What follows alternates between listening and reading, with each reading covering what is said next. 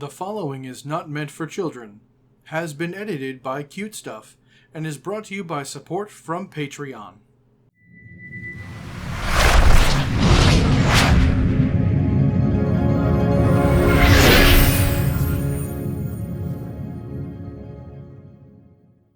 Hello, and welcome back. I am MaesterAelix, and this is MaesterAelix's Build Love Time, or better known as MaesterAelix's BLT.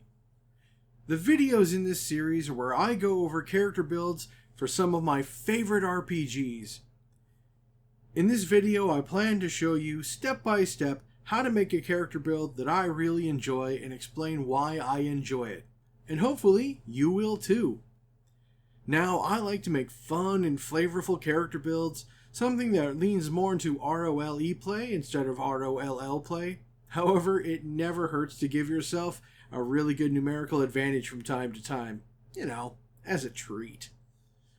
Now, my way is far from the only way to build characters. This is just one character built in a way I think is fun. Hopefully, I've done a good enough job that you would want to play this character too. However, feel free to change things to make it a character that you would want to play. As I go through this build, I'm going to go into detail about what and why I select the things I do, but what I won't do is read the books to you. First off, that's very boring. Second, doing that removes the need for you to get your own books. I love these games, and I'd love for you to support the publishers, so go buy their books. Now, let's get the ingredients out, kick on the stove, put the pan on, and get ready to make this BLT. Listen up, you Autobot filth. All shall fall before me. Do you hear me? Today's BLT is for the Transformers RPG by Renegade Games. This week's art is brought to us by the artist GoCo, or Gaming Creaton 65, and you can find them on X, Blue Sky, and Discord. Their link is also down below.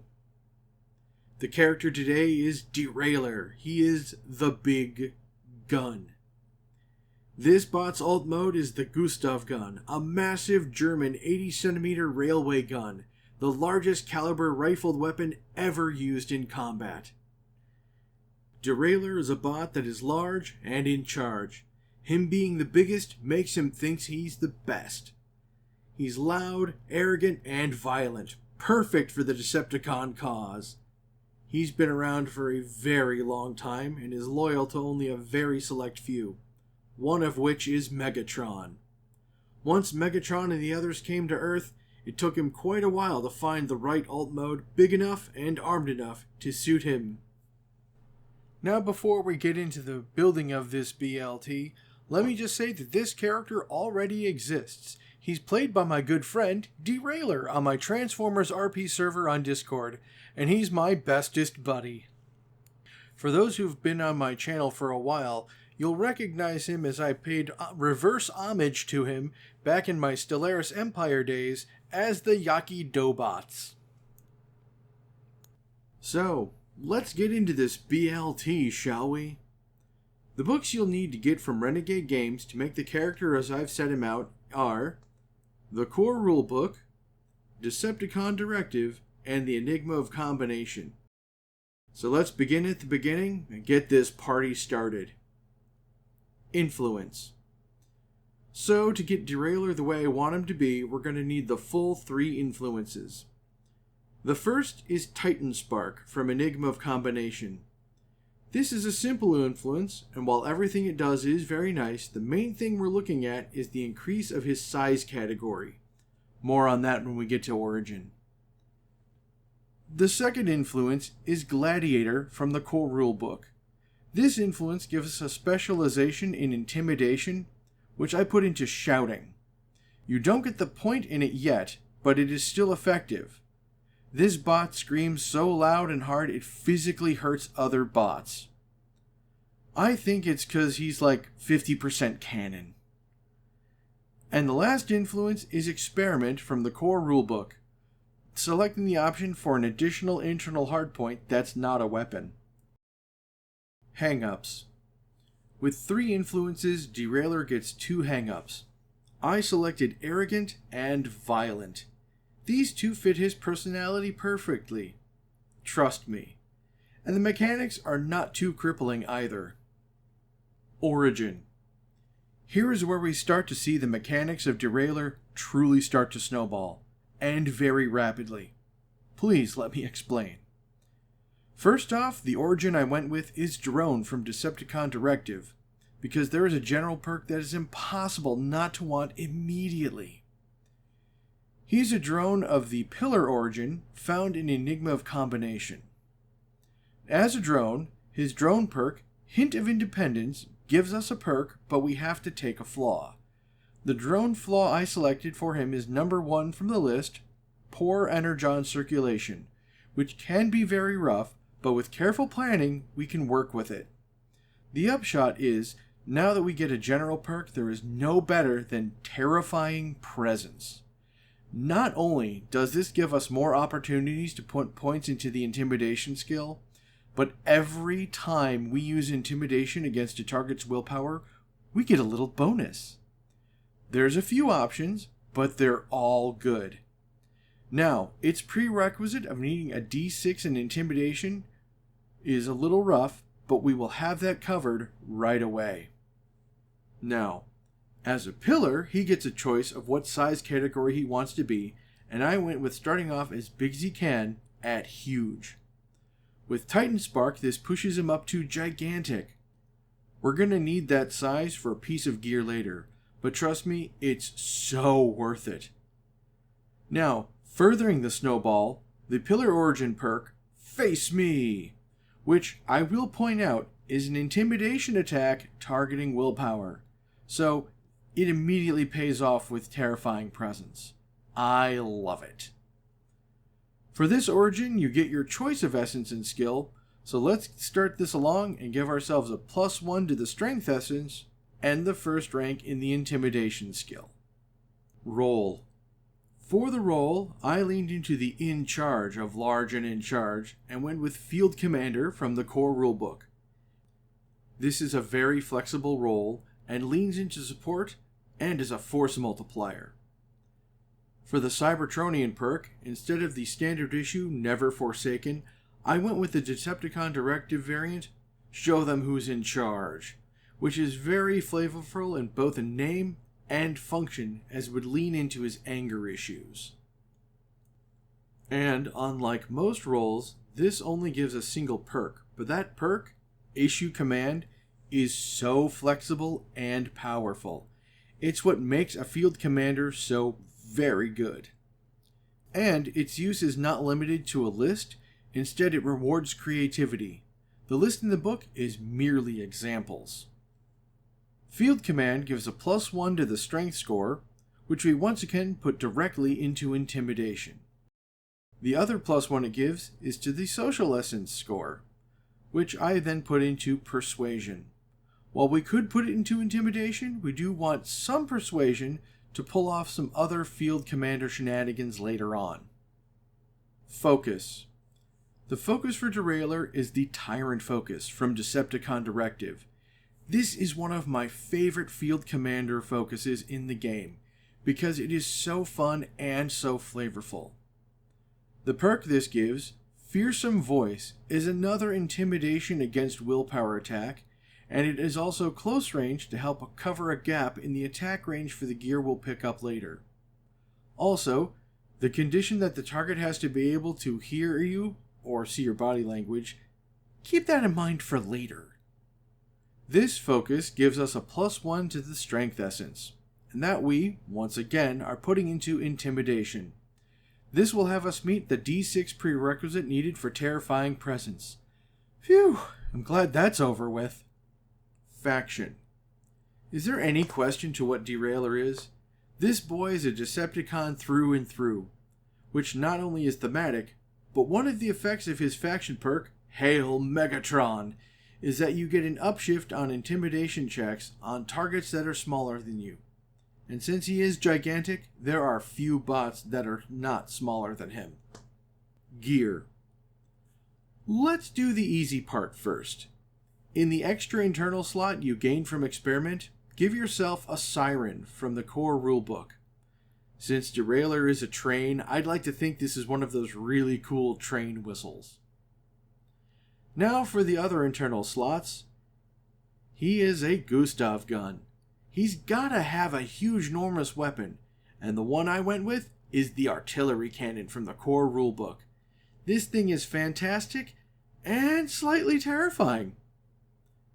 As for external hardpoints, follow your spark. You will want to get at least one might-based weapon for later levels to capitalize on. I gave him a close combat bludgeon, which I flavor as brass knuckles.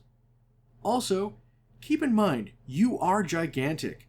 Look at how to upscale your weapons in the Enigma of Combination book. As for upgrades to try to requisition, the one downside of the artillery cannon is the reload trait, so try to get yourself an ammo feeder on it. Other upgrades to look for are deadly and piercing. As for armor upgrades, I like pit plates and titan armor. Essence.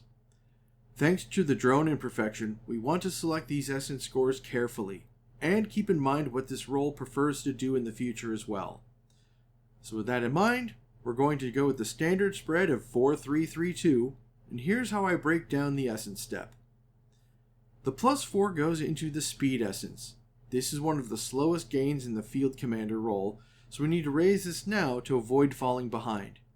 To keep things simple, we're going to put all 4 ranks into initiative, because if we can go first, we can really help out our team, or really hinder theirs. The first +3 goes into smarts. This is another slow boat for field command, so helping here helps later too. This time we're going to put all 3 points into alertness, but this could be spread out any other way you like, so feel free to do as you please. The next +3 goes into the social essence. Now while social is the fastest gain in field command, we don't have much of it at this very moment. This time we're going to put 2 points into persuasion, and then use our terrifying presence to give ourselves a +1 to intimidation. And the last, the +2, is going into the strength essence. We have a lot already, so we don't need too much more. And as for the skills, we're going to put 1 into might so we can use those brass knuckles with any level of proficiency. And then we finally put a point into the specialization in shouting that we got from our influence. And with this spread, we should have a starting energon pool of 2. Which isn't great, but worth it for the other benefits we reap. Plus, this will improve as we level up. Hey, you've made it this far into the video. Thank you for that. Seems like you're liking the video, so please show that you do by hitting the thumbs up button down below. Maybe leave a comment, tell me what you're enjoying. Now that we've established a good base, let's get into the levels. This time we only need to get to level 6 to achieve the goals that we want. Level 2. Well, let's keep this snowball a-rollin'. Instead of the standard irrefutable order, swap it out for Do As I Say from Decepticon Directive. This perk is great, and is once again an intimidation skill test against a target's willpower, once more triggering Terrifying Presence perk. This just keeps paying off. As for the essence gain, we get a social essence, which I then put into persuasion, though there is a great argument to be made here to put it into intimidation. Level 3. This level's perk, Show of Force, is why you want to have a might-based attack or two. This lets you smash and mash in an extra scary way. It's great! This level also gives you a +1 to speed essence, which I put into initiative, but you could put this where you like. Level 4. Oh, I have been waiting for this one. Level 4 gives us a choice of a general perk, and there's one I have been chomping at the bit for, and that is Voice of Primus from Enigma of Combination. You need to be huge or larger, which we definitely got. This has a couple of great uses. one of which is a persuasion-based skill test, which can be very nice if you're being large and in charge at the moment. Or you can use the intimidation skill test against a target's willpower, and with this and terrifying presence, you could very easily deal 2 damage with your voice. This also extends the sound of your voice to be very, very far away. And while Fearsome Voice is limited in its mechanical effects, the cinematic and story-based ones are top-notch now.